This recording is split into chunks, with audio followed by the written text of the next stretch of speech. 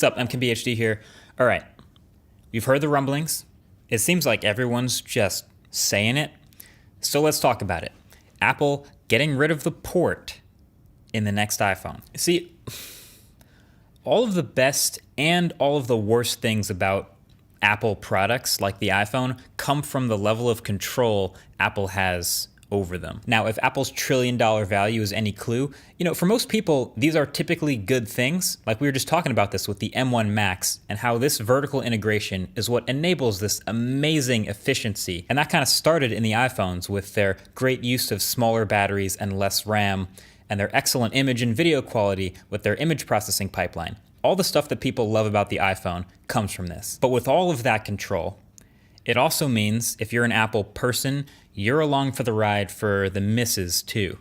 Now, whether that's, an ultra thin keyboard in the Max that ends up breaking after 2 years, or just antenna gate or something bad about the iPhone, you're along for the ride. So now the next thing for Apple is getting rid of the port on the iPhone, possibly as soon as the next iPhone, lucky iPhone 13. But there's no way they just get rid of the port and don't say anything, right? And that brings us to maybe one of the truest, most consistent facts in all of tech, which is that most of Apple reporting can be boiled down to looking at the past, looking at what the history of one of the biggest, most consistent tech giants ever has done, and applying that pattern to the future, assuming it will happen again, assuming they will keep that up. So when I do that, when I look back at previous iPhones as they've moved towards this portless future, I've noticed that with everything they've removed from the iPhone, they always do two things. One, they try to solve the problem that is caused by the thing they got rid of, and probably charge you for it. And two, they will always try to justify on stage why they got rid of that thing.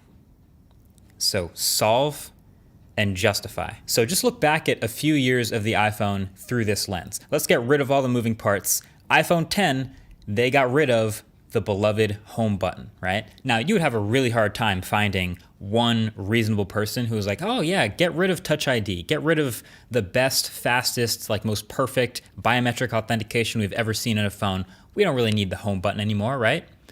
But Apple had this vision of getting rid of this button, so they needed to solve and justify. So they did in fact solve no Touch ID by adding this new thing called Face ID. So they're getting back this form of biometric authentication, and they justified getting rid of it because, hey, look at how much more screen you get. Look at how great this bezel-less thing looks. The gestures are great, and this is the future of the iPhone. And so you could still buy an iPhone with a home button, the iPhone 8, which was launched or at least announced on the same day. But it was very clear from that moment forward that that was the future of the iPhone. So here's another one. Remember when they wanted to get rid of the headphone jack in the iPhone? Same thing. Solve and justify. Now this time this was in 2016, and it was a little bit more of a notoriously less convincing solve and justify, but they tried it. They solved no headphone jack by releasing and selling their own wireless headphones the same day. They called them AirPods, and they turned out to be kind of a ridiculously popular product that made Apple a lot of money. And then they went to justify on stage getting rid of the headphone jack with a couple of things. This was the iPhone 7 we're talking about, and so this actually became the first water and dust resistant iPhone. I had to go back and watch the presentation again to remember that. But the thing is, there were also already phones out there with water resistance and headphone jacks already. So they had to toss in a little extra. They had more space inside the phone now for a better Taptic engine and a slightly bigger battery. Sure, I guess. And they also tossed out this whole courage thing that went over great. They had the courage to move forward towards this wireless future. Okay, so what's next?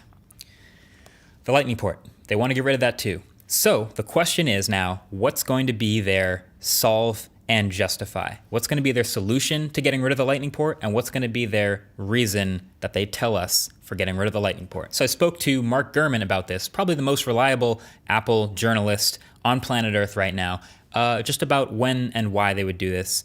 Pardon the quality. It is from a MacBook webcam. What do you think could possibly be Apple's explanation or angle to justify or explain why they wanted to get rid of the port? the last piece you could plug in. Yeah, I think that their explanation for removing the charging port is going to probably be nearly identical to their explanation for removing the headphone jack. Their rationale is probably going to be the same. One, you don't need it. Two, we have wireless. Three, it takes up, valuable space that they can use for other things, whether that's making a larger battery or other little gizmos they can throw in there, right? I mean, this is what would make sense to me. So my sense is that they're going to add in-screen fingerprint, whether that's in the 21 phone or the 22 phone.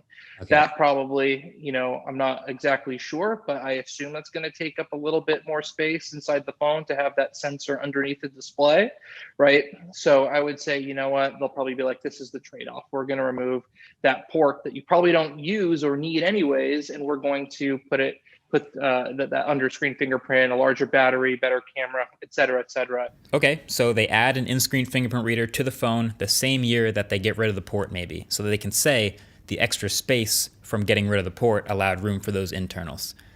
Maybe that's not technically wrong, but okay, maybe a little extra water resistance, and boom, that can be Apple's justification for getting rid of the port. Sure, but I think the solve part is much harder here. It's why it seems to us logically like removing the port is ridiculous. Like it's the most necessary part of every phone in history has already had ports. But here's how I think Apple can frame it. So number one, they'll say, we solved it with this whole MagSafe thing, and now we've got this amazing wireless charging solution that slaps onto the back of the phone. It's perfect. It's amazing. And number two, when's the last time you plugged in your phone for anything other than charging? And what really is going to need to happen, to be honest with you, is they can't pull this off unless they put the MagSafe in the box, right? At $40 this year, I'm sure they can get the margins down at higher quantities to being able to feasibly price it at $20 or $30. But I think, time allows for stronger margins on these products, and time allows for lower prices. So I think it'll all even out. Trust me, if they move to a portless iPhone and don't include the MagSafe on the box, I'm going to lose my mind on Twitter, right? So, Yeah. that would be pretty controversial. And Yeah. I would be shocked if they did that. But on the other hand, they're the same company that said they're moving away for environmental reasons this year, but really requires you to go ahead and buy that new charger for, $40 or $60, depending if you get the MagSafe as well, to really take full advantage of that full power charging. So I guess anything's possible. So I agree with Mark. I think MagSafe kind of has to be in the box logically. But little known fact, do you know how the Apple Watch also ships with that little puck as their own little MagSafe? There's two versions of that. There's actually a plastic and metal version of that little puck charger. Depending on which Apple Watch you get, you might get either the plastic cheaper one or the metal more expensive one. Right now, the only MagSafe available for the iPhone, the one they've just invented, is a metal one. And so I could easily see Apple making a new plastic version around next year or sometime between now and then, which will be cheaper, allowing them to toss it in the box and also save a little money. Now, there are some other uses of the port on the iPhone specifically, things like transferring data when you're setting up a new iPhone, or wired CarPlay for the 99% of cars that don't have wireless CarPlay. But again, if you look at the grand scheme of things, Apple's going to say those are more niche things, and they can dedicate teams of people to solve those problems, like starting a while ago. So they can make maybe a lightning adapter for wireless CarPlay. They can make maybe a perfected wireless iPhone setup. I already use iPhone setup wirelessly when I'm transferring my data from an old one. So they can work on that stuff between now and the next iPhone, and then they'll have their solution. They will have their solve and their justify. What's next then? If they've gotten rid of the home button, they've gotten rid of the headphone jack, they're getting rid of the port. Are the buttons next? Oof, that's a good one. I don't see how they can remove the buttons, to be honest. I'm going to go ahead and say the buttons, I think, are here to stay for at least a couple more years, just because buttons are just such a difficult thing to solve and really difficult to justify getting rid of. And actually, as a matter of fact, replacing the buttons on the side of a phone with this pressure sensitivity and haptic feedback has been done before, and it wasn't great. I reviewed the HTC U12 Plus in 2018, which did exactly this. And maybe the tech in the sensors and haptic motors is better since then. Maybe you could remove accidental presses and even the weird glitches and customization and do it all better with today's tech. But even then, it's like, I can't help but think, what if the phone freezes? You know, you already can't yank the battery, but now you also can't like hard reset with the buttons because the buttons are frozen. Like buttons the way they are pretty great. There's not a whole lot you can improve about them.